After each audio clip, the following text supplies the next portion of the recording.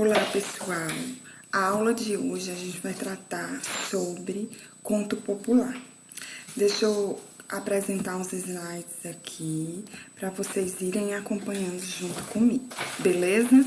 Então, vamos lá. Conto popular. O que é que, primeira informação que eu tenho que passar para vocês sobre conto popular ou conto tradicional? Esse conto popular, ele também é um texto narrativo. Então, ele vai ter os elementos narrativos que a gente viu na aula passada. Só relembrando quais são. Narrador, que pode ser em primeira ou terceira pessoa, mas já vou adiantar para vocês que no conto popular é um narrador que não participa da história, é em terceira pessoa. Enredo, que são as ações, o espaço, o tempo e as personagens. Esses são os elementos da narrativa que a gente viu na semana passada e que vai continuar ao estudar conto popular, revendo e revisando esses elementos. Beleza? Então, continuando aqui. Então, conto popular ou conto tradicional. O conto popular tem muito em comum com o conto literário. Quais são?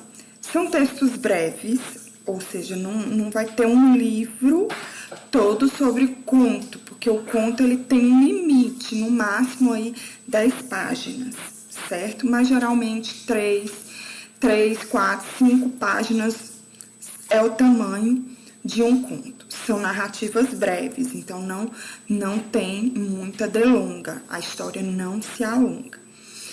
Número reduzido de personagens, então vão ter ali 4 a 5 personagens, uma só ação, e essa ação vai gerar um conflito, espaço e tempo reduzidos, limitados.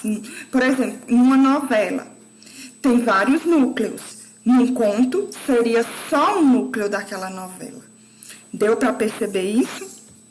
Vamos continuar para o vídeo não ficar muito longo. Então, o conto popular.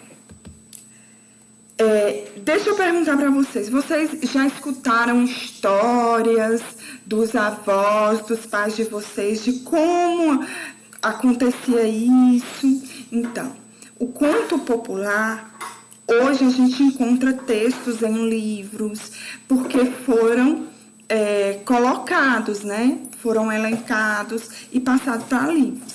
Mas o conto popular, a origem dele é o povo. O povo que contava para os seus filhos, o pai que contava para o filho, ou o avô que contava para o seu neto. Essa é a história. Então, pessoas menos letradas, ou seja, que não estudaram e que provenientes de locais rurais. Então, a literatura de transmissão oral, essa é a principal característica de um conto popular, contada de boca em boca, transmitindo de geração a geração. Então, o avô conta para o seu neto vai contar para o seu outro neto ou para os seus filhos. Quais são geralmente os temas das crenças populares, dos contos populares? São crenças religiosas e costumes populares, certo? Aventuras dos povos são também. Funções do conto popular. Qual a importância desse conto popular? Ele resgata a história de um povo. Então, ele traz a memória daquele povo. A gente poderia construir uma história de uma comunidade rural baseada nos contos populares daquela região. Apresenta modelos exemplares em situações dicotômicas, bom ou mal. Então, são dois lados. Veiculam valores, patrimônio universal e intemporal, condicionam comportamentos e atitudes, preenchem espaços de lazer, ou seja, é um momento lúdico que aquela família quer passar uma tradição de maneira, eu vou contar uma história para vocês, meus netinhos. A estrutura do conto popular. Bem, deixa eu mudar aqui para vocês irem acompanhando. A estrutura desenvolve-se em várias fases. Situação inicial, desenvolvimento e conclusão, a reposição da ordem. Essa ordem aí é o quê? O enredo. Então, como se estrutura o enredo em especial desse conto popular? Então, situação inicial, a apresentação do herói ou heroína, da história e do seu contexto familiar. Não vai ser muito longo, mas vai apresentar quem é esse personagem principal, esse protagonista e quem são seus pais, sua família. Desenvolvimento, vai aparecer um elemento que vai perturbar o mundo, ou seja, o conflito, o problema dessa história. E o herói se vê obrigado a deixar o seu lar para poder enfrentar esses obstáculos, para poder solucionar esse conflito, resolver esse conflito.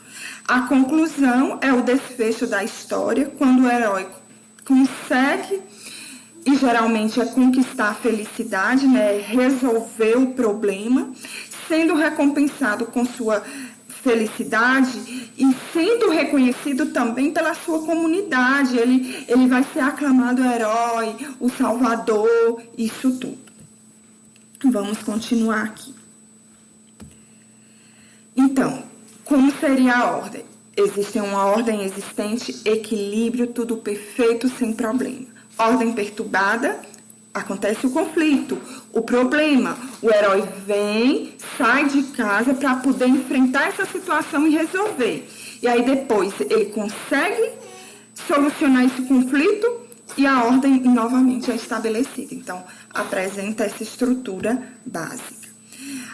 Como a gente poderia classificar os contos populares? Contos maravilhosos, que são os contos de fada ou de encantamento. Contos de exemplo, que é para mostrar moral, bom costume. Contos religiosos.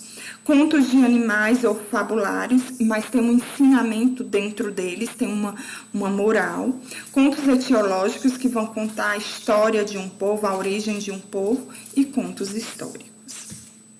Então, aqui, nesse quadro, a gente tem as características do conto. Então, a ação é breve, as sequências encadeiam-se de forma linear, os personagens são poucos, estereotipados, ou seja, apresentam uma característica geralmente daquele lugar. Apresentam características semelhantes. Se a gente for pegar do conto tal com conto tal, as personagens principais elas vão ter características semelhantes. Espaço é indefinida, mas a gente consegue localizar o tempo. Concentração temporal, geralmente é cronológico, e o conto vai se remeter a um passado. É tão comum que eles utilizam a expressão era uma vez, certo? Linguagem revela marcas de oralidade, porque o conto, ele geralmente é contado na oralidade. Palavras ou expressões pertencentes ao registro familiar ou popular. O narrador, como eu já tinha antecipado, ele não participa da história, então ele não é personagem. Então vai ser um narrador em terceira pessoa.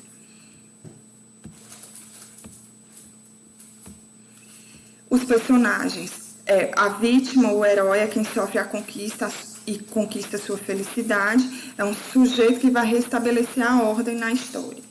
O vilão é quem vai trazer o problema e vai desequilibrar a história, né?